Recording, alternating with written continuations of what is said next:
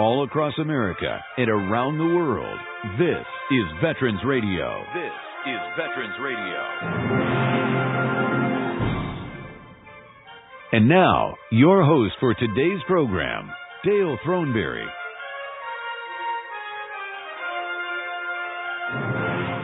And good afternoon, and welcome to another Veterans Radio program here at WAAM 1600 Talk Radio. We welcome into our program today. I want to thank or wish everybody a happy Easter, and hope that you're able to get together with family and friends sometime during the day and just be thankful for what we've got in this gorgeous country that we are in.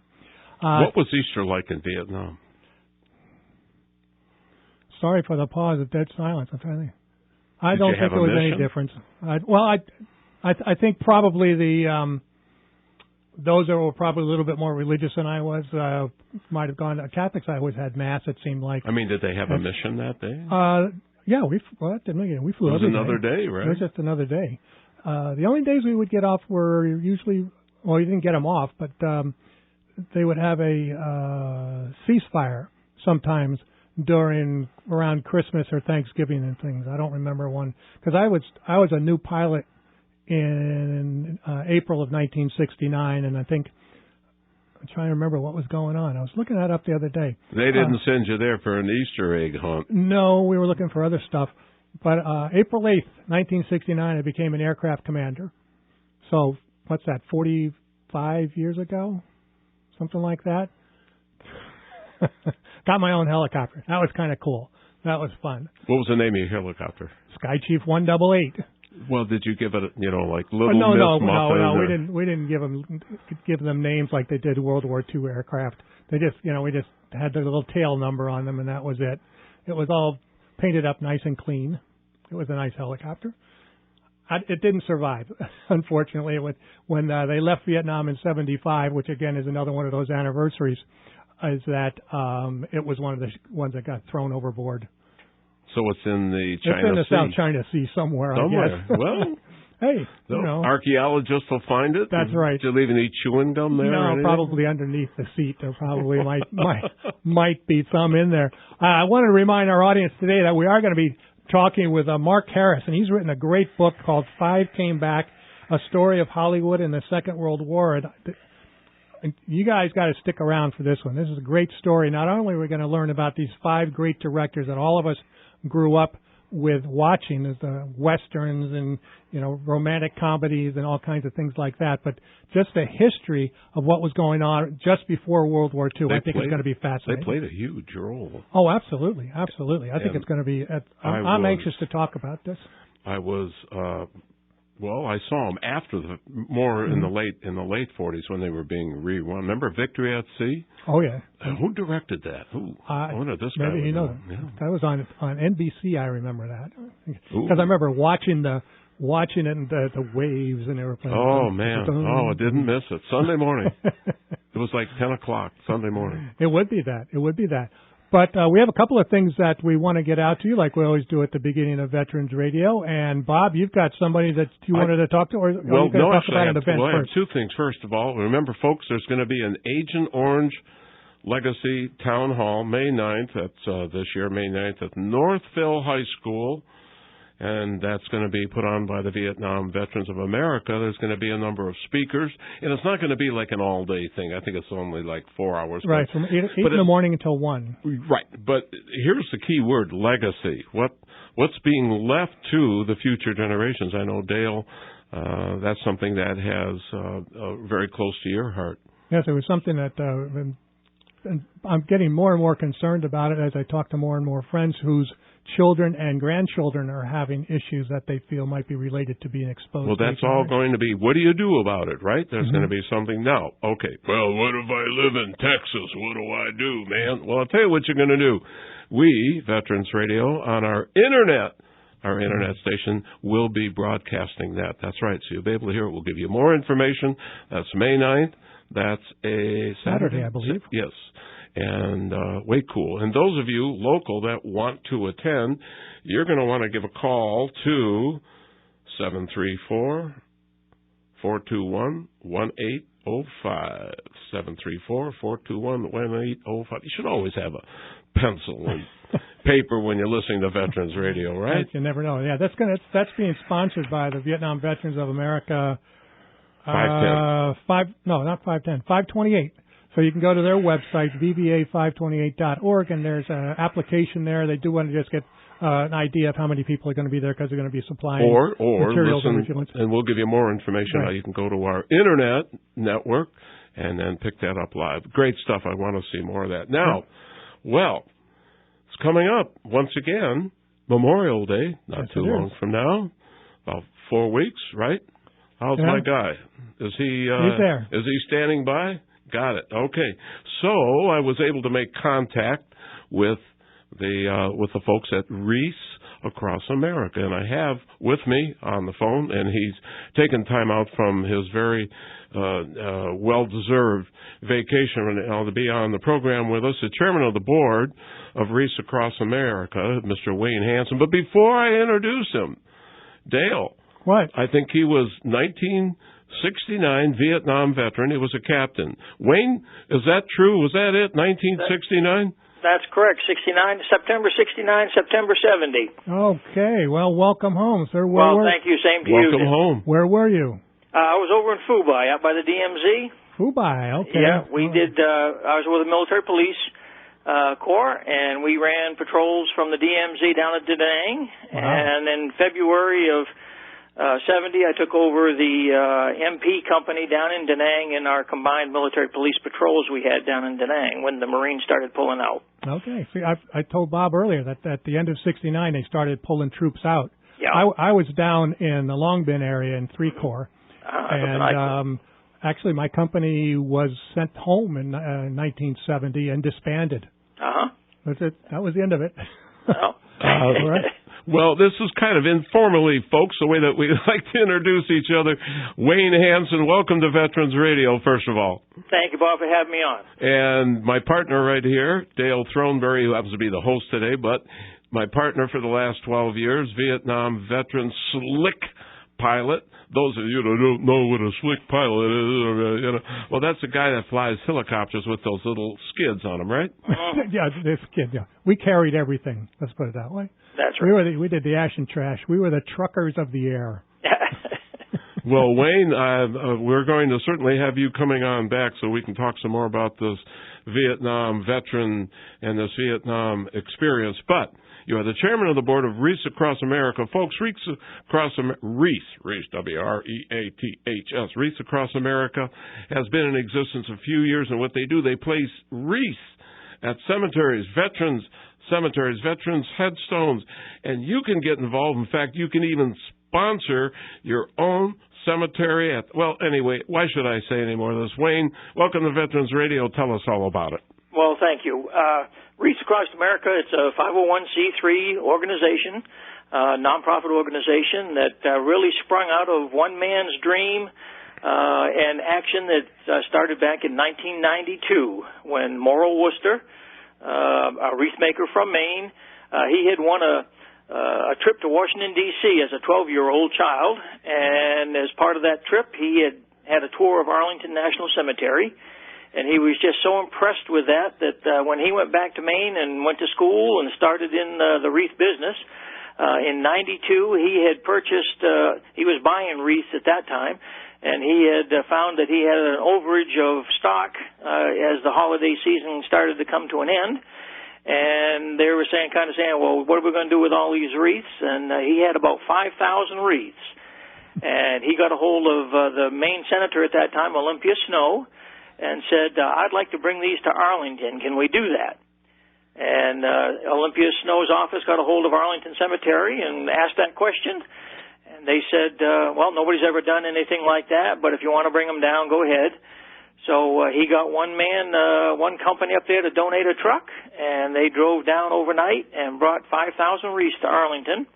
And that just started something that was Morrill's tribute to the veterans, to thank the veterans. He is not a veteran himself, but he wanted to take that opportunity to thank the veterans for their service and sacrifice and allowing him to stay free and do what he was doing in his business. He continued that process from 1992 until 2005 with very little. He didn't seek any publicity for himself. He had a few volunteers that helped him put the wreaths down. That's how I became involved back in 93. I belong to the Maine State Society, which is a group of people who have ties to Maine that live in the Washington area, and we volunteered to help him put these wreaths down. But in 2005, there was a group from the Air Force, and there was an Air Force photographer that was helping us, and he happened to take a picture of the wreaths that had snowed, and he put that picture on the internet with everything that goes on, and it went viral, that picture. And people did not believe that had been happening since 1992, bringing those wreaths down. People just couldn't believe it, and they found out that, yeah, it had been. So he and his family got together and said, if we can do this to remember our veterans at Arlington, then why can't we do this at other locations? So they applied for and were granted 501c3 nonprofit organization status in 2007. What year was that, Wayne? In 2007. Okay. They got that designation. Yeah. And it started with about 100 more locations, and it has grown every year. Last year we had over 1,000 locations across the country in all 50 states, and we placed about 716,000 wreaths that were sponsored across the country at these locations. Before we get any, I want to. One of the main points of having you on this program, of course, to give the background, but folks can get involved. I know last year, Dale, that was Jamie and Andrew and their right, and they had a number of wreaths, right, didn't they? And so they were involved. And, you know, so many of us, we tie ribbons around the trees. We have a bumper sticker we do, et cetera, et cetera. Well, this is something now that you can really put yourself into. You can have folks. You can get yourself involved. Yep. And you can do that. Tell us all about, Wayne, how does somebody, okay, I want to get something started. And, you know, if you don't even have to be military to do this. This would be so cool. So go ahead, Wayne, real quick, give us that. Girl Scout groups, children's group. We rely on the public to help us. We receive no government funds. It's all individuals reaching into their pocket and pulling out $15. We'll sponsor a wreath. You can become involved by going on our website, wreathsacrossamerica.org, and checking on the locations. As I say, we have over 1,000 locations. We grow every year. You can help at one of those locations. You can pick your state, click on that particular state, and it'll give you a drop-down of what cemeteries where we have what we call a location coordinator who agreed to do a ceremony we do it the second Saturday in December. This year will be Saturday, December 12th. You can contact that local location leader if you want to get involved locally, or you can go online and make a donation to help us fill Arlington. Last year it was the 150th anniversary of Arlington Cemetery. And I consider Arlington the cemetery as the nation's cemetery because there are veterans from every state buried there at Arlington.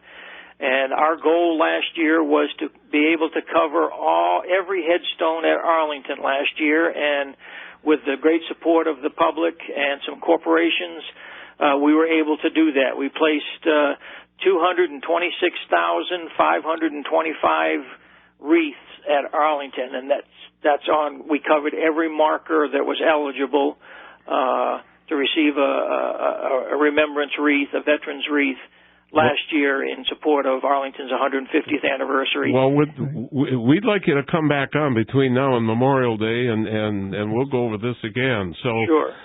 Thank you very much. We've got that's wreathsacrossamerica.org, folks. .org. Wreaths across, WREATHS, acrossamerica.org. All the information's on there.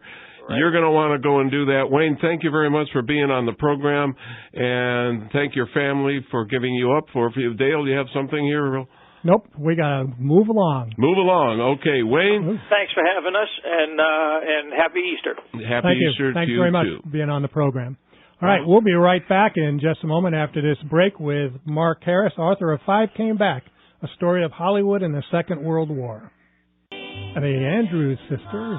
Yeah. We're back on Veterans Radio, and I was all excited about having this guest on the program, and I was looking through the music that we have for World War II, and all these songs that my mom would play, and my mom and dad would dance in the dining room, yeah. the living room.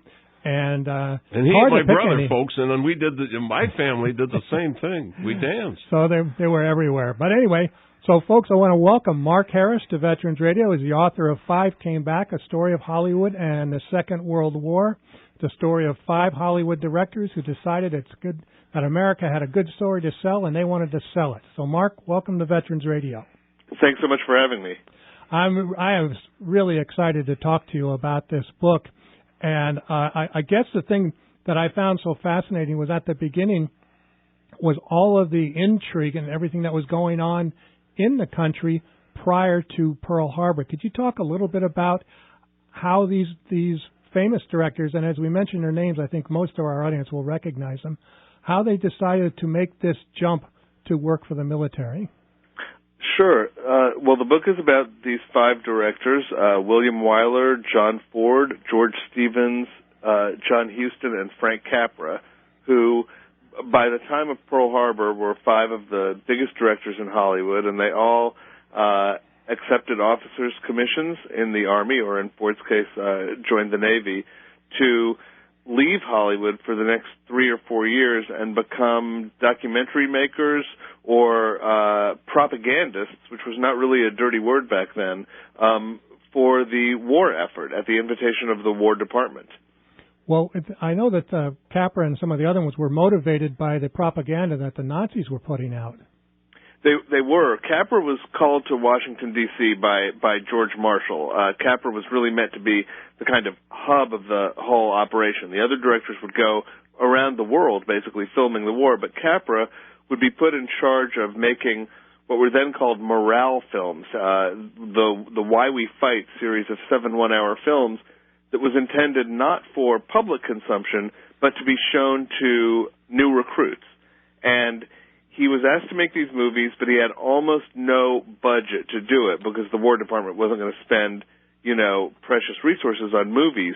So he saw some Nazi propaganda films, including Triumph of the Will, at the Museum of Modern Art in New York, and got the really brilliant idea, sort of a moment where necessity is the mother of invention, to take all of these Axis propaganda films that had been seized by the Treasury Department and use that footage in these Why We Fight films to show young Americans, 18, 19, 20 years old, what the enemy was up to. Yeah, that was there was a lot of resistance to getting involved in World War II at this time. And right. In fact, that film that you were talking about, The Triumph of the Will, that was being shown around the United States to all of these pro-German groups. Yes, in New York City, where I live, there was a movie theater right in Manhattan on 86th Street that was known as a pro-Nazi movie theater and would routinely, up until the beginning of the war, show Nazi propaganda to the German emigre audience in that neighborhood. And there was by no means unanimity about the war. In fact, just before Pearl Harbor, Washington held hearings where the heads of all of the movie studios were ordered to come and account for themselves because they were being accused of creating interventionist propaganda. In other words, they were being accused of trying to drag America into the war for their own interests. The isolationist strain in America, both in Washington and in the population, was really considerable right up until Pearl Harbor. Well, I was interested in at the beginning of the book when you're talking about these directors and some of the movies that they were making, especially Capra with his, Mr. Deeds and Mr. Meet John Doe and and so on and so forth that he's making that were kind of all these idealistic. In fact, Capra didn't really want anything to do with going to war. It sounded like at the time. That's right. Capra's politics were really funny, and if you only knew his work from, for instance, Mr. Smith Goes to Washington, you wouldn't necessarily guess that he was a conservative Republican. He boasted that he never voted for FDR in one of his 4 elections. He was really anti-labor union. It's funny because he had this populist reputation, but even though politically he was not always in agreement with Roosevelt, he was very impressed by him as a president and by a man, and was totally convinced by Roosevelt's belief that we were going to have to fight this war. So really, from the time that Capra became an officer, he was 100% on board with serving his country and serving the mission. There was never any wavering on his part. Well, we'll come back to Frank Capra. I want to go to John Ford. And all of us know John Ford from his Westerns more than anything else. He was, credited with finding John Wayne, and he did Stagecoach, and he also did a lot of other very powerful films. But he enlisted in the Navy before anybody. He did. Ford was one of the first people in Hollywood to believe that, not only to believe that war was inevitable, but to believe that filmmakers, cameramen, sound men, editors were going to have a really vital role to play in the war, which is, now we think, well, of course the war would be filmed, but if you think back to the beginning of World War II, sound movie making was only about 10 or 12 years old. So it was still, a much newer medium to all of America than, for instance, the Internet is to us now. But Ford had this idea that camera crews were going to be necessary. So all through 1941, he sort of created this weekend Naval Reserve Gentlemen's Club where he got guys from the studios to come and basically drilled them and trained them in, for instance, what it would be like to have to develop film on a listing ship, or how to shoot camera, how to shoot film under wartime conditions. And the idea was that if war started, this would be a kind of useful reserve for the Navy to have. In fact, they never became a reserve. They pretty much all went in as soon as war started, and they became really essential to the effort to record the war. But Ford actually left Hollywood 3 months before Pearl Harbor. He essentially stopped working as a movie director and joined the Navy. I find it fascinating that the people at the time had the foresight to start putting these whole organizations together, not just the Navy, but also the Army, the Department of Defense, and there were a lot of conflicts of who controlled what, and it took them a long time to get it all straightened out, didn't it? Yeah, a lot of them. Capra, I know, said that working for movie studios and fighting with studio heads was very good preparation for him in battling War Department bureaucracy, because it took 6 months or so to decide whether this was a propaganda effort or a war effort or who would be in control of it. And while that was being fought out, the directors just sort of rolled ahead and did what they wanted and kind of made their own plans. I was interested in the first couple of films that some of these people, I guess I'm jumping around here a little bit with you. We're talking with Mark Harris. He's the author of Five Came Back, A Story of Hollywood and the Second World War. And I think it was John Huston, and you can correct me on this. We've got a couple of minutes. He went in and he had to make these training films. And for those of us that have been in the military, some of these training films, especially about the spreading of social diseases. What to watch out for when you go into town. Right. Yeah, exactly. That was actually John Ford. Okay, that was his very first assignment. No relation to the auto folks. No. So. Let's not cut off our sponsorship here, right? But anyway, he had to make a graphic film about the spread of social diseases, right? He did, and it's funny because as opposed to someone like John Huston, who had a girl in every port and sort of saw the war as a big adventure, Ford was extremely prudish and didn't talk about sexual relations or anything like that at all. Didn't make those jokes. and for him to have to oversee like the most graphic thing. And if anybody is curious, by the way, about any of these movies, I should say that they're all available on the internet on YouTube for free. You can stream them, and most of them are quite short. But Ford later said that after he finished making this film, which was called Sex Hygiene, he left the room and threw up. He was so horrified by it. And the way he describes it in the book, it's very graphic, of what these various diseases do to a young man. So don't go into town on that. Again, we're talking with Mark Harris, author of Five Came Back, A Story of Hollywood in the Second World War. If you'd like to ask a question, we're coming up on a break in about 30 seconds. You can give us a call here at Veterans Radio at 734-822-1600, or you can call us toll free at 844-838-1600.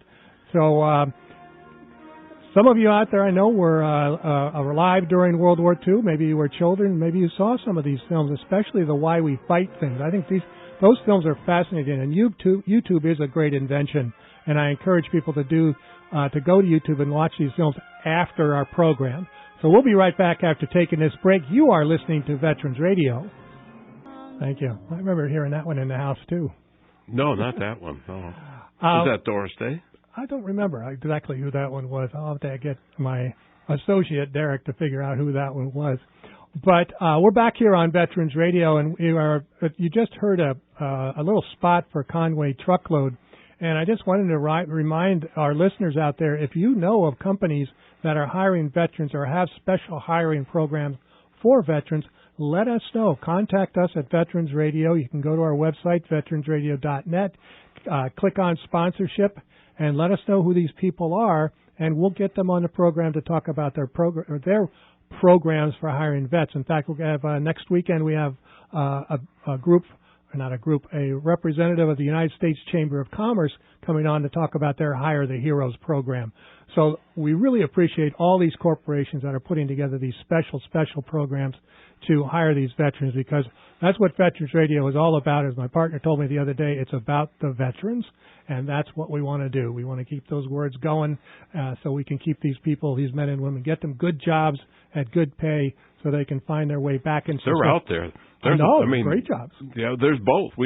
Just got to bring that together. Get that synapses. Huh? Synapses. That's something that we're going to be talking about later on, because toward the end of the book, our guest Mark Harris talks about some of the transition problems that these directors had after being in World War II and coming back and trying to get back into that Hollywood thing. So, Mark, I'm sorry to get off on my little tangent there, but you mentioned, or I want to go to John Ford again. Just a second, Robert. Okay, Dave. After Pearl Harbor, John Ford was sent out to Midway, and this is something we have covered on our program quite a lot, the Battle of Midway. Could you tell us a little bit about what he found there and what he was able to accomplish? Yeah, it was a really remarkable episode in that Ford didn't even know what he was being taken to until he got to Midway. Even when he got there, he assumed that he was being asked to make a nature documentary about life on a remote, Pacific outpost.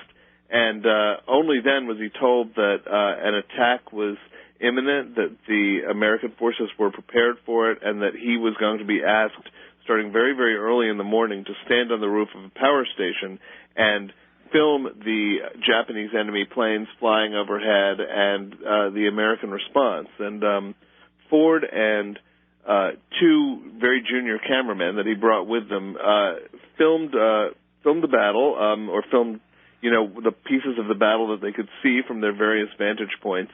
And the movie that resulted, this film called The Battle of Midway, first of all, made Ford a national hero, because he literally filmed until a piece of shrapnel knocked the film loose from the camera and the camera out of his hand, but he was able to save it. He turned it into an 18-minute movie, which was the first time that American home front audiences had seen any sign that the war in the Pacific was starting to turn and starting to go the way of the Allies.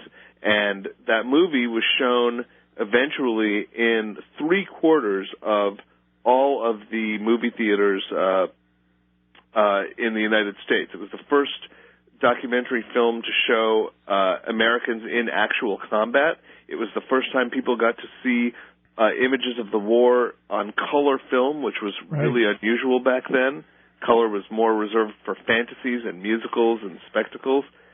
So it really was kind of, for many Americans, the first movie glimpse of what the war actually looked like, and Ford was behind it.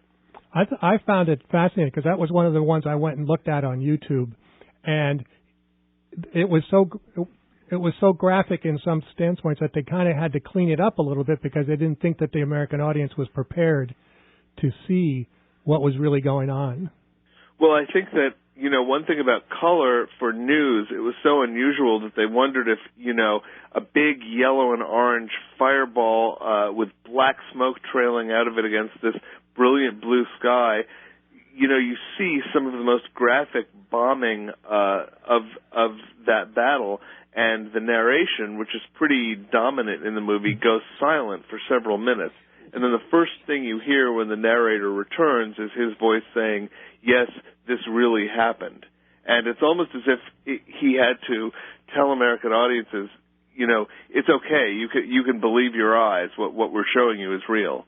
So I would encourage people to go and watch this. Was Walter Huston one of the narrators? Because I know that Henry Fonda was involved. Henry Fonda and Jane Darwell, who were the son and the mother in The Grapes of Wrath, which Ford had just made the year before, were voices in it. And then there were two other voices. I'm not sure that Walter Huston was one of the voices. There's a very sort of serious, it's not Walter Huston actually, it's Donald Crisp, who was the father in How Green Was My Valley, another Ford film. And then a young director actually used as a voiceover named Irving Pichel. So it's an interesting movie because there's four voices kind of competing for your attention. Two of them are straight up narrators, and two of them are almost like meant to be two people sitting next to you in the audience, as if you were listening to them comment excitedly on what they were seeing on screen. Yeah, it's a great little film to watch because you can see the camera shaking, and that was the other thing, is that he was so close to the bombing that you could feel the vibrations of that. You had a question? Yeah, well, it's not a question. I have a comment, Mark, and you can comment on this because what I see, and I still like today, is that the way it was shot. I like the black and white more because I love the contrasting, and you got to see the action straight. I mean, that was it. That was what was really going on, almost in real time. But yet, when it came to the movies, there was contrived. The Japanese, now I'm not. There's no sides, right? Yeah. But there was Sands of Iwo Jima. Well, there were guys talking in a foxhole, and the Japanese just don't jump in or what. They slither like snakes and slither over the logs and slither down, kill these guys, and slither. They didn't jump up and run out, which most 99% of the world would do. They slithered back out. And then there was the other movie about the Seabees, the fighting Seabees, with William Frawley. He's an Irishman, and a lovable Irishman from Boston, and he's singing an Irish lullaby when a Japanese sniper, buck teeth, the glasses, the whole thing, puts a bullet in him. Now, that's a bit contrived, rather than the realism that you saw with the newsreel type footages. So comment on that contrast, that Hollywood was, I mean, boy, when we were kids and we saw that, we hated the Japs bad. This was one of the really interesting things I learned in the course of doing the research for the book, that when you hear about propaganda and you hear that the War Department told Hollywood what kind of things to put in their movies, you kind of automatically think, well, that must have been bad. The War Department must have been sort of pursuing their own ends, and filmmakers may have said, like, well, we want to show this, and the War Department would have said, well, no, you can only show it this way. But in fact, what you're talking about in terms of the depiction of Japanese enemy fighters, that was a moment where the War Department was actually sort of ahead of Hollywood in what they wanted on screen. It was Hollywood's instinct to show these guys and often refer to them not even as human. I mean, the worst of those depictions in what were then called hate pictures made during the war, movies like Blood on the Sun or Behind the Rising Sun, they would refer to the Japanese, not just soldiers but people, as rats, as dogs, as monkeys, and the War Department started putting considerable pressure on Hollywood not to do that. They said, you know, we are going to win this war eventually, and we're going to have peace, and probably we're going to have peace and have to have some kind of relationship with Hirohito, who we certainly don't expect is going to be killed in this war. And you have to start, you know, at least depicting the Japanese, not the enemies, but the Japanese as human beings. I mean, one other big problem in Hollywood movies of the time was a widespread tendency to depict Japanese Americans all as double agents. Right. And that was something that the War Department really objected to, but for their own purposes. They objected to it because they had, you know, tens of thousands of Japanese Americans in internment camps, and for a while, what they had been planning to do was resettle those internees in different towns and cities and villages throughout the South and the West. You know, not too many to a town, but just sort of scatter them all over the place. And they felt that if Japanese Americans were depicted by Hollywood as being dangerous and untrustworthy, that no towns in America would accept them. So, it's really interesting to see what Hollywood did, what Hollywood was pressured not to do, and what the motives behind that pressure were. Well, there's a lot of this, again, in the book. I encourage people to read this because you address this subject, I think, really well. I'm talking with Mark Harris here on 5 Came Back, a story of Hollywood in the Second World War. We've got about 15 minutes to go, so I need to get into, let's talk about John Huston and what he did. He was a well-known, just actually a beginning director, but he's well-known because he had just filmed, where did it go? It was the Maltese Falcon, that's right. So tell me a little bit about him. Right. Well, you're right. He was well known, but he was just starting out. He was younger than the other directors and had just had his first breakthrough film. He had been working as a screenwriter mostly before then, and Huston thought the war was going to be a big adventure. He probably gave less thought to the sort of patriotic side of it than maybe the other 4 guys I wrote about did. He thought it was going to be a lot of fun, and went in and discovered that it really wasn't. And Huston had a couple of really interesting experiences during the war. One was that he was assigned by Capra to make a documentary about the liberation by the Allies of an occupied Italian village. And he got to the village after it had already been liberated, but the village was still abandoned and filled with German, tripwires and booby traps.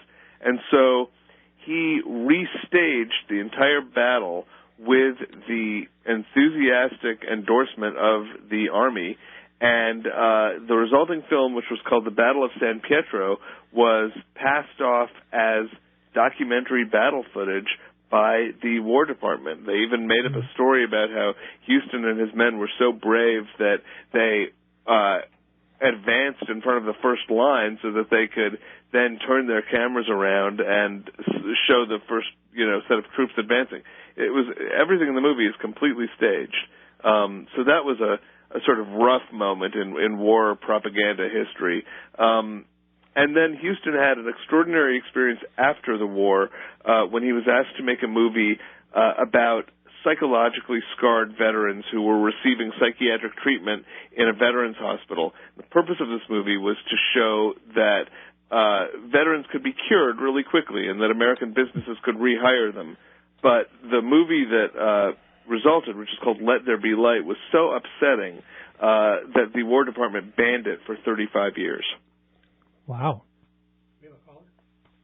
And Huston thought he had done a good job, and in many ways he really had. But the first part of the movie, which is where you see just how damaged and hurt and shaken up the veterans are was something the War Department really did not want the public to see. And I've heard about this film, and it's something that we're going to be talking about later on as we come up to one of our programs on post-traumatic stress later on this year. But, okay, so we've got a couple of other well-known directors that we want to get to. So let's talk a little bit about William Wyler. William Wyler was he had just finally gotten up to the point where his 1942 picture, Mrs. Murniver, had been up for an Academy Award, and he was a Jew who had left Germany, right? Well, it was Germany. it was a part of France that he grew up in that at various times either was or was not under German control. So, like when he was a teenager during the First War. So the war was very personal to him, and he tried to get as many as 25 or 30 family members and friends from his town out of Europe as war was approaching. But yeah, Wyler made Mrs. Miniver, which was a huge success in both America and England. It's the story of a small English village that kind of erases all of its snobberies and class distinctions and petty disputes to band together during World War II.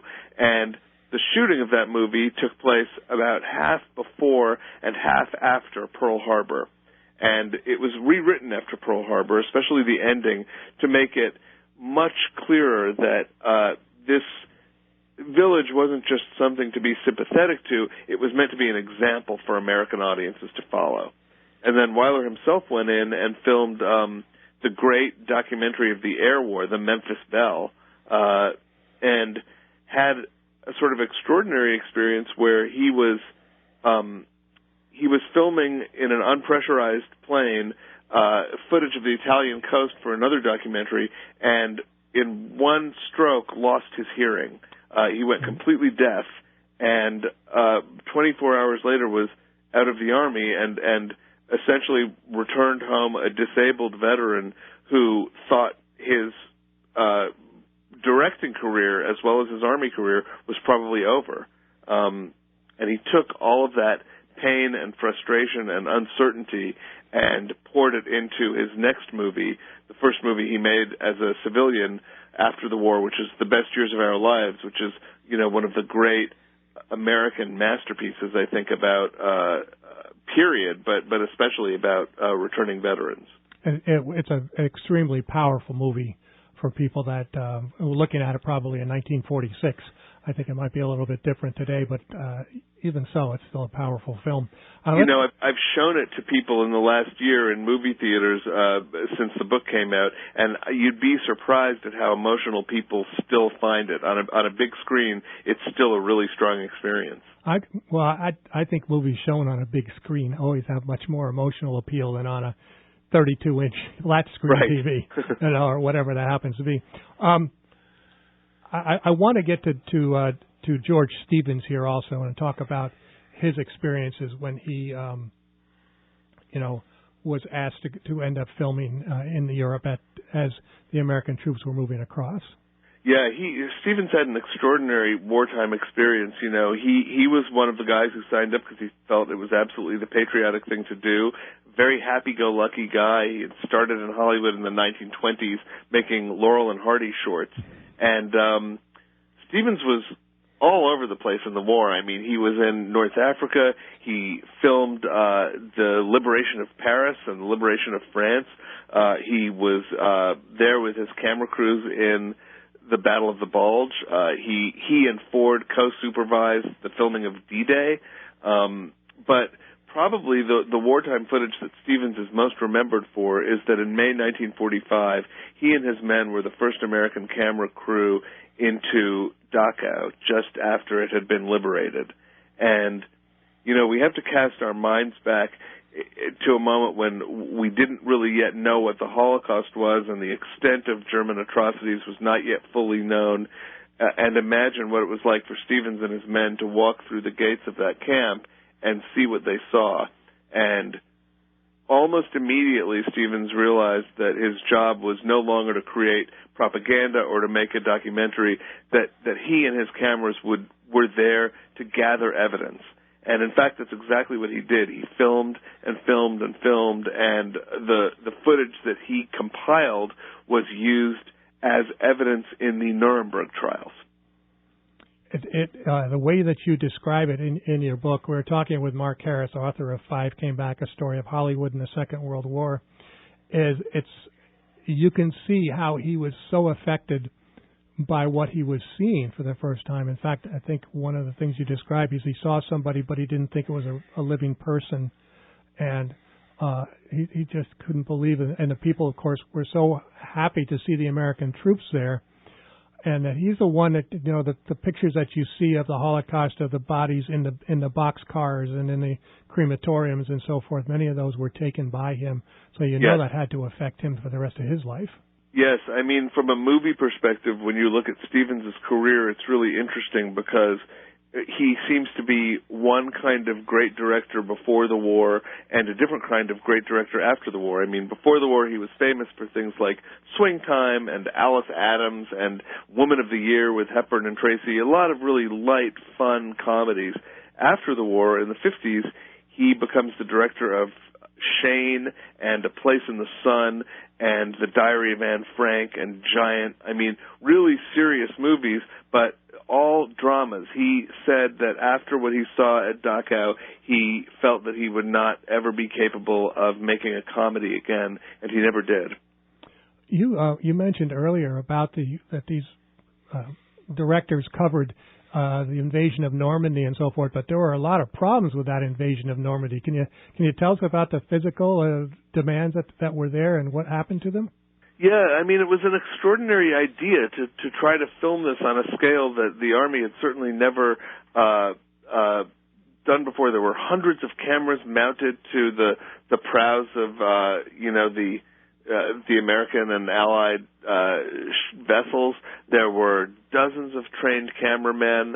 About 90% of the equipment and 90% of the footage was destroyed in the initial attack.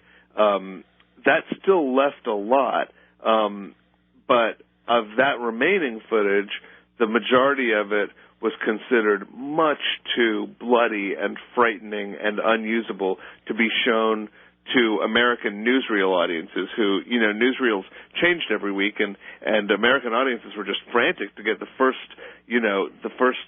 scenes from the invasion. So what they saw was the stuff that was reasonable to see, but you have to wait almost, I think, 50 years until Steven Spielberg made Saving Private Ryan. The first 25 minutes of that movie, which is, D-Day, that footage is largely based on the footage that Stevens helped oversee that was not shown originally because it was just too rough. Oh. And the beginning of that movie I thought was very rough. Right. That was hard to watch. So you can imagine, and that was 1998, so you can imagine how impossible it would have been, in 1944 for people, used to seeing fairly sanitized Hollywood movies to look at that. Well, as we come up toward the top of the hour, when we start thinking about, unfortunately wrapping this up, what would you say, do you think was the overall effect that these directors had on the war movement for America? There's a short question for you. Well, I think they did two things. One is Capra very directly, you didn't get into the Army after a certain point without seeing those Why We Fight movies. So on a direct level, he helped to instill a sense of purpose and mission and patriotism in the American fighting man. But overall, I think what they did was something really, it was flawed and it was uneven, but at its best it was very noble, which was to try to grapple with their instincts as patriots to help the war effort, with their instincts as directors to tell a good story, and with their instincts as men to tell the truth, and to kind of combine that into work that would bring home to the American public what this war looked like, felt like, sounded like, what its effect was on the soldiers, what we were trying to do. I mean, these weren't guys who were 18 or 19 or 20 years old. They were between 35 and 45, so none of them had to do this. And they realized that what they could contribute to the war was clarity and storytelling, and that's what they tried to do. And so I do think it was a major part of the war effort to try to get the American people to understand what this war looked and felt like. Well, I've learned a lot from reading your book, and again, I encourage people to go out and get this. It's Mark Harris. It's Five Came Back: A Story of Hollywood in the Second World War.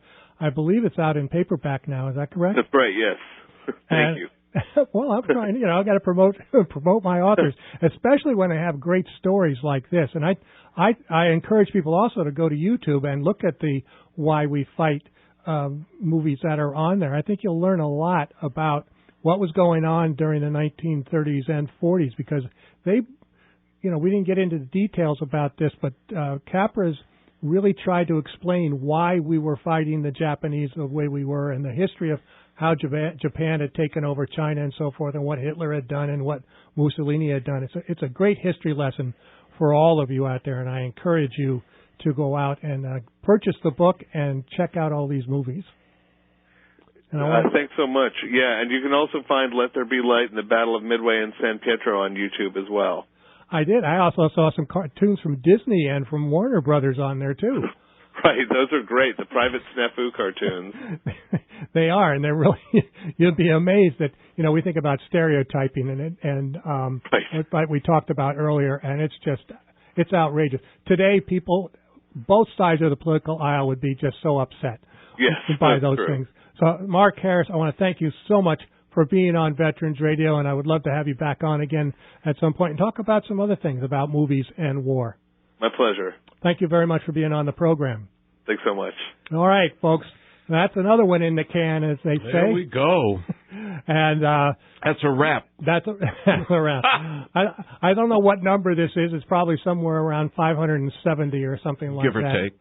Give or take 20 or 30 of them. But I want to thank everybody for listening today. I want to thank our sponsors, Legal Help for Veterans and Conway Truckload, for sponsoring the program. By the way, folks out there, we need some support from you also. We need you to go to our website, look on Support Veterans Radio. We've got some things that we want to try and do, and we need to start raising some funds to do that. So you'll be hearing more about our fundraising in the next couple of weeks. No checks too small, no checks too big. That's right. Plus, we'll send you a copy of our book, Vietnam Stories, the Best of Veterans Radio. And so we're going to get into our little music here, and then we'll be gone. And we'll be back next week, though, so we want to make sure that you tune in and listen to Veterans Radio. Until next week, you are dismissed.